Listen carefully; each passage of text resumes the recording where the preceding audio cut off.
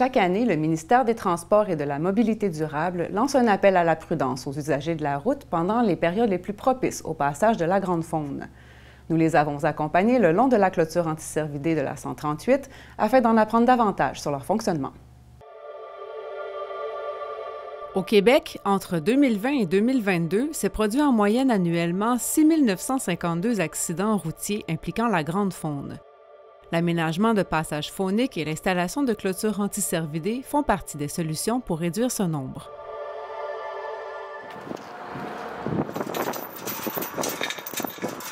On voit quand même que c'est pisté, là. Donc les orignaux, quand ils vont se buter à la clôture, ils ont tendance à longer la clôture. Donc c'est pour ça qu'ici, on a fait ça un peu comme en forme d'entonnoir. Okay. Pour les orienter vers le passage là, sous la route. Un des deux passages là, qui sont aménagés sous la 138 là, dans le secteur Petite-Rivière-Saint-François et Saint-Tite-des-Caps. Le choix des lieux à aménager ne sont pas faits de façon aléatoire. Les deux passages là, qui ont été aménagés sous la route 138 sont à des endroits là, où il y avait énormément de passages qui ont été documentés par des relevés de pistes. Une des façons d'identifier des corridors biologiques, c'est de faire les relevés des pistes dans l'accotement, parce que les accotements sont très sablonneux.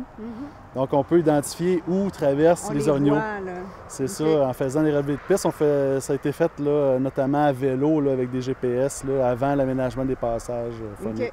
Évidemment, il y a les relevés d'accidents aussi qui peuvent servir pour localiser là, les sites accidentogènes, donc les sites où on pourrait aménager des traversées. Les premières clôtures de ce type ont été installées en 2007 au Québec pour être augmentées en 2014. Des caméras y sont aussi installées pour relever différentes données. Ces caméras-là vont être installées aux deux extrémités du passage, parce que c'est une chose de détecter un animal ou un orignal qui va s'aventurer à l'entrée du passage, mais on veut voir si y a un succès de passage. Il y a différents paramètres qui peuvent dicter le succès de passage, puis en voyant un orignal s'engouffrer dans une extrémité puis sortir de l'autre avec l'autre caméra, bien, ça nous confirme le succès du passage. Puis ça, dès les premières années, dès 2015, on a vu là, avec grande satisfaction que nos passages étaient fortement utilisés par l'orignal puis par le chevreuil.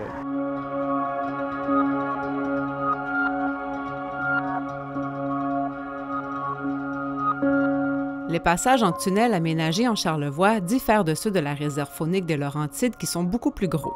On peut voir que c'est un passage faunique qui a 4 mètres de hauteur, 6 mètres de largeur. Okay? Donc, c'est pas un passage qui est typique des grands passages qui ont été aménagés là, au début des années 2008, 2009, 2010 dans la réserve des Laurentides. À ce moment-là, on avait fait nos devoirs, puis on s'était inspiré de ce qui se faisait en Europe, puis aussi dans l'Ouest canadien. Puis on s'était fait dire qu'il faut faire des passages qui ont un très fort dégagement. Ouais. Donc, un indice d'ouverture très important qui limite l'effet tunnel. En documentant les passages à petits moyens mammifères qu'on a aménagés de plus faible gabarit, on a eu la surprise, avec des caméras de détection automatique, on a eu la surprise de voir qu'ils étaient utilisés par les orignaux également.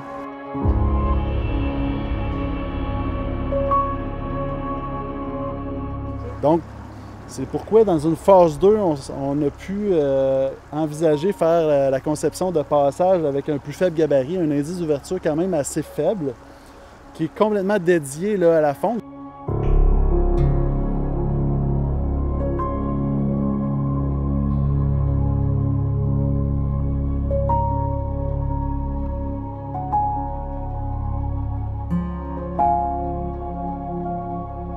Une fois les structures d'aménagement mises en place, d'autres éléments sont ajoutés pour encourager le passage des animaux aux bons endroits. Donc, il y a certains éléments là, attractifs qu'on va faire pour que les orignaux aussi apprivoisent les passages phoniques puis les utilisent. Donc, vous voyez des souches qui ont été amenées ici. Certaines de ces souches-là ont même été drillées, si on veut, puis salées, donc avec des blocs de sel. Puis ça, on le voit très bien, là, entre autres, devant nos caméras, là, des orignaux qui viennent licher les souches parce qu'ils ont besoin de minéraux, on le sait, pour le développement de leur panache. Donc, aménagement de souches, ajout de salines, des plantations d'espèces là, qui vivent bien au soleil, qui ne vivent pas bien à l'ombre, donc qui sont tendres et qui sont intéressantes pour l'alimentation de l'orignal et du chevreuil. Ici, là, cette espèce-là, intéressant de les habituer. À l'intérieur des tunnels, d'autres souches servent d'abri pour favoriser le passage de la petite faune. Des poteaux en béton coulé sont aussi disposés en travers pour éviter les passages de véhicules motorisés. Ce sont des passages qui sont dédiés à la faune. Ouais. On ne veut pas que les senteurs humaines puis l'occupation humaine décourage l'utilisation par la faune. C'est avant tout un équipement de sécurité routière parce qu'on veut que les animaux franchissent de façon sécuritaire la route ici. Ensuite, c'est des corridors biologiques qui peuvent être importants pour les différentes phases vitales de ces animaux-là. Si on fait un passage mixte avec les humains, ça va réduire beaucoup l'intérêt de ces passages-là.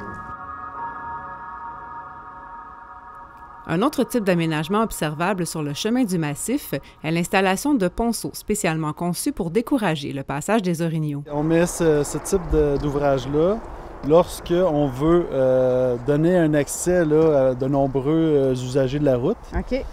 Et par exemple, on ne veut pas mettre une barrière qui va constamment devoir être ouverte et fermée, puis risquer de rester ouverte, parce qu'il y a un flot de circulation important.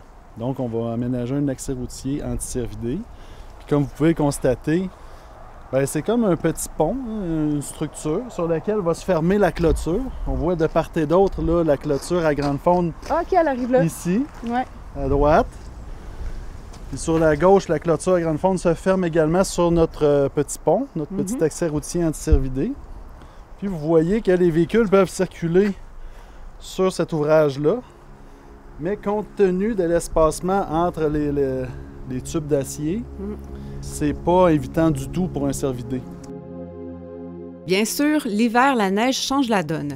Les clôtures deviennent moins hautes et les ponceaux se remplissent. Mais les déplacements de la grande faune se font plutôt rares à cette époque de l'année. Mais à toutes les années, on avertit les usagers de la route de l'importance de demeurer vigilants. Parce qu'on le sait, le ministère des Transports met en place certains moyens pour éviter la faune sur les routes. Mais évidemment, là, la vigilance des automobilistes demeure toujours le meilleur conseil qu'on puisse donner. Il y a des périodes où c'est plus dangereux que d'autres. C'est quoi ces périodes-là? C'est vraiment l'automne et le printemps. C'est pourquoi, là, à chaque automne, le ministère des Transports là, réitère le message de demeurer vigilant. Parce que, comme je disais, on met en place là, certains moyens là, pour éviter la faune le plus possible sur les routes du Québec. Mais évidemment, on n'est pas... ça se peut. C'est ça. Ça se peut qu'à un moment donné, il y ait des intrusions là, sur le réseau routier. On voit sur la route des affiches qui nous dit justement en cas d'intrusion, composer le 511. Qu'est-ce qui se passe à partir du moment qu'on appelle? Bien évidemment, là, il y a des gens du ministère des Transports qui viennent vérifier à savoir si c'est vraiment le cas et prennent les moyens nécessaires là, pour éviter les collisions avec les usagers de la route. En cas d'accident impliquant un animal de la grande faune, la recommandation est de toujours contacter les services d'urgence au 911. Si vous voyez une carcasse sur le bord du chemin, là, évidemment, vous pouvez communiquer avec le 511, puis les équipes là, du ministère des Transports et de la Mobilité durable seront déployées sur place là, pour faire le nécessaire. En cas d'intrusion sur le réseau routier, des portes à sens unique sont aussi installées à intervalles réguliers le long des clôtures. Instinctivement, l'orignal, quand il est dans une situation, dans l'emprise, situation de stress, il va souvent essayer de tenter de rejoindre la forêt. Et ce qu'il va faire, c'est qu'il va longer les clôtures. Encore une fois, il longe la clôture. Et là, il y a comme un segment de clôture perpendiculaire qui va l'amener là, par entonnoir là, vers la porte à sens unique. Donc ici, je vous présente en passant la clôture là, qui est anti-cervidée. C'est une clôture à maille métallique de 2,4 mètres de hauteur, donc 8 pieds de hauteur, avec des poteaux de bois. Parfois, c'est des poteaux d'acier qu'on utilise. Puis cette clôture-là là, est plaquée au sol pour notamment éviter là, que le chevreuil passe dessous. Parce que c'est des animaux qui sont capables de passer là, dans des espacements assez restreints. Ouais. On s'imagine être un orignal qui est du côté de la route, qui n'est pas heureux de ce fait-là. Voit la forêt, voudrait y retourner. Donc, qu'est-ce qu'il fait? Bon, il va longer la clôture dans un sens ou dans l'autre. Puis éventuellement, il va se buter à un segment de clôture qui est en biais. Donc, comme je le disais, sous forme d'entonnoir. Et ça va l'amener vers une porte à sens unique. C'est ça qu'on appelle la sortie d'urgence, en fait, pour les orignaux. Et là, on aperçoit la porte à sens unique, qui est ici.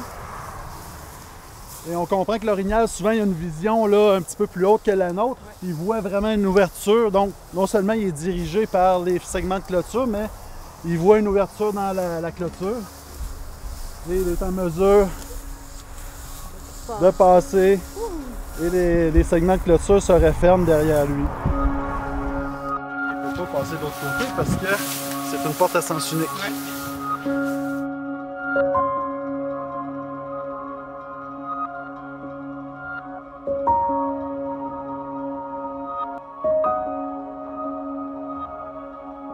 Et qu'en est-il quand on arrive au bout de la clôture?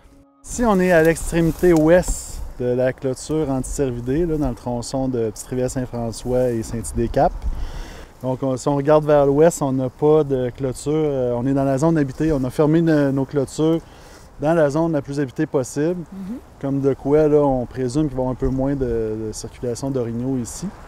C'est la présence humaine, finalement, qui continue la clôture, si on veut. Si on veut, oui. Puis on a pris en considération qu'on a prolongé la clôture là, de 7 km jusqu'ici, de aussi ceinturer le corridor de transport d'Hydro-Québec d'énergie.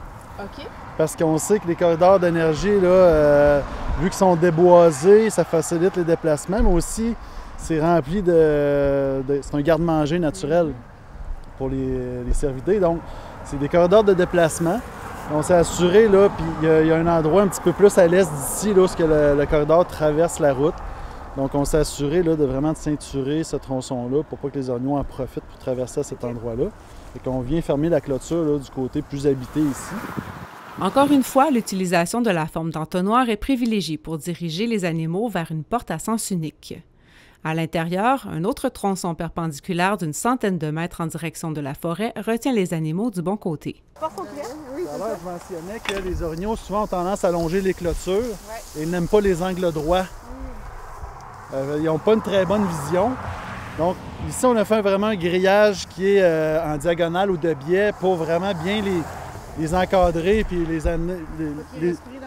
Non, parce qu'effectivement, là, ça s'est déjà vu des chevreuils, des orignaux qui sont dans un coin puis qui s'entêtent à vouloir passer puis ils peuvent se blesser dans un coin. Fait que c'est le genre de petit aménagement qu'on va faire. Le réseau routier du ministère compte environ 166 passages fauniques, dont 80 sont spécialement conçus pour la grande faune.